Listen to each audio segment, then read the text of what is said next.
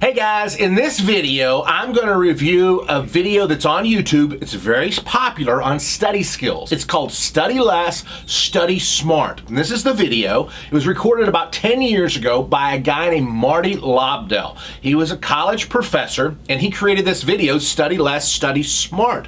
It's got almost 7 million views now. It's about an hour long. So if you kind of want to get the condensed version, I'm going to give you my main points, the main things that I learned from this video.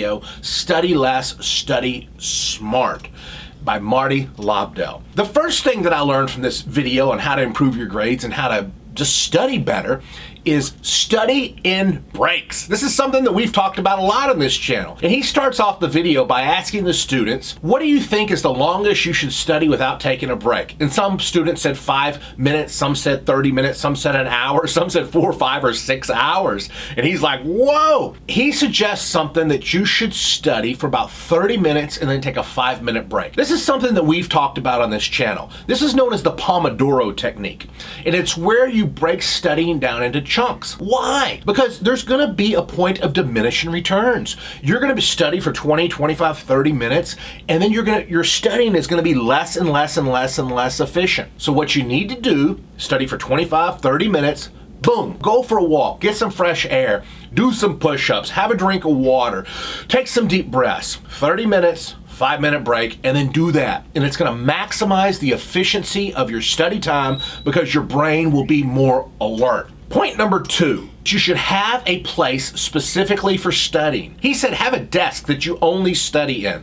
Have a chair that you only study in. He said maybe even have a lamp that you only use for studying. And on that lamp, you might get on a piece of paper and write study lamp. And when you turn it on, you're telling your brain, this is my study lamp. It's time to study. This is my study desk. It's time to study. This is my study chair. It's time to study. Do nothing else in that location other than study, and it'll help get you in the right mindset. Point number 3, he says don't listen to music when you study. He said it's going to distract you. If you're listening to lyrics and comprehending those lyrics at the same time you're trying to study, your studying is going to be less efficient. No matter how good you think you are at multitasking and listening to music and lyrics, he said you're going to be less effective. Point number 4, he says know the difference between concepts and facts. For example, if you can list all 206 bones in the human body and you know this is the radius and the ulna and that's the tibia and the fibula and you know this is the mandible, those are facts. But if you know what the bones do and what their purpose is, those are concepts. He said try to learn concepts instead of just repeating a bunch of facts. And here's why. Number 1, that's the goal.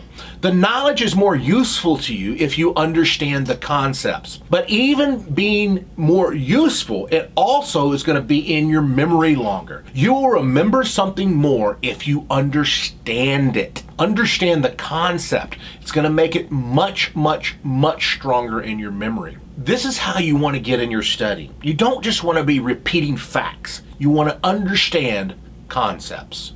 Number 5. Take notes. Your brain is not a hard drive. You are not a computer. Take notes. Don't try to memorize as your teacher is talking. Take notes. Now, don't take too many notes because then you're going to get caught up in your notes. But take notes of the main ideas, the main bullet points as your teacher is talking. It's going to engage you in the class, but it's also going to be a place that you can go back and review what you learned. Number 6, and this is huge. He says, recognize the difference between recognition and recollection. Recognition and recollection. He says a lot of times students will say, I am such a bad test taker. I know the material, but when I go in and take the test, I can't remember it. Really what's going on here is when they're studying, they'll read something and then they'll go back and they'll read it again. And when they read it again, their brain will think, oh yeah, I know that. Really what's happening is they're recognizing it. Their brain is saying, oh yeah, you studied this,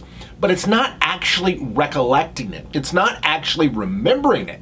It's just recognizing it. And this is why students think they're bad test takers. So when the test comes, they get the test and they look at the test and they don't remember anything. Now, if they opened up the book, they would be like, oh yeah, I knew that was in there. They recognize it, but they're not remembering it. To make sure that you are remembering, or as he says, recollecting, read a chapter of a book, underline, highlight, mark the main ideas, and then put your hand over the paper and look away and repeat what you learned. This will make sure that what you're doing is remembering it and not just looking at it again and recognizing it. Number 7, get good sleep. In the REM stage of sleep, we review what we learned during the day. And if you don't sleep 8 hours, he says, when you wake up the next morning, you will remember what you learned the day previous less. People say they don't have enough time to get adequate sleep. He says we all have the same amount of time. It's how you prioritize your time.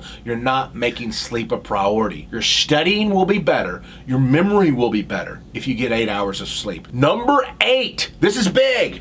Right after class, 5 to 10 minutes after class, find yourself a spot and write out everything that you learned in class on a new sheet of notes. Without looking at your previous sheet, write out everything that you learned in class. Now you have 2 sets of notes. Go back and look at your first set of notes, and as you look at your first set of notes, you're going to remember even more things that you learned in class. Now take a 3rd sheet of notes and combine the notes that you took in class, the notes that you took 5 to 10 minutes after class, and the new ideas that popped up even after that, and write that all out in a new sheet of notes. And this new sheet of notes is going to be so valuable to you because it's going to be in your own words, and it's going to be rewriting the information. You're telling the story again. This small investment of time is going to pay big dividends. Number 9, we've talked about this on this channel.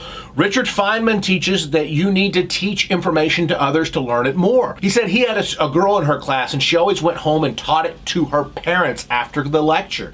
And this was so important for this student because the parents could say, tell me a little bit more about this. I don't understand that. And then the girl would realize, oh, I don't understand that either. I don't get that. By teaching it to others, you're going to find the weak spots in your study. But remember, there's even something better about this. When you're teaching it to others, you're putting it in your own words. That's crucial to the learning process. If you don't have someone to teach it to, Marty Lobdell in his video says, teach it to the wall, teach it to a plant, teach it to a chair, teach it to your dog.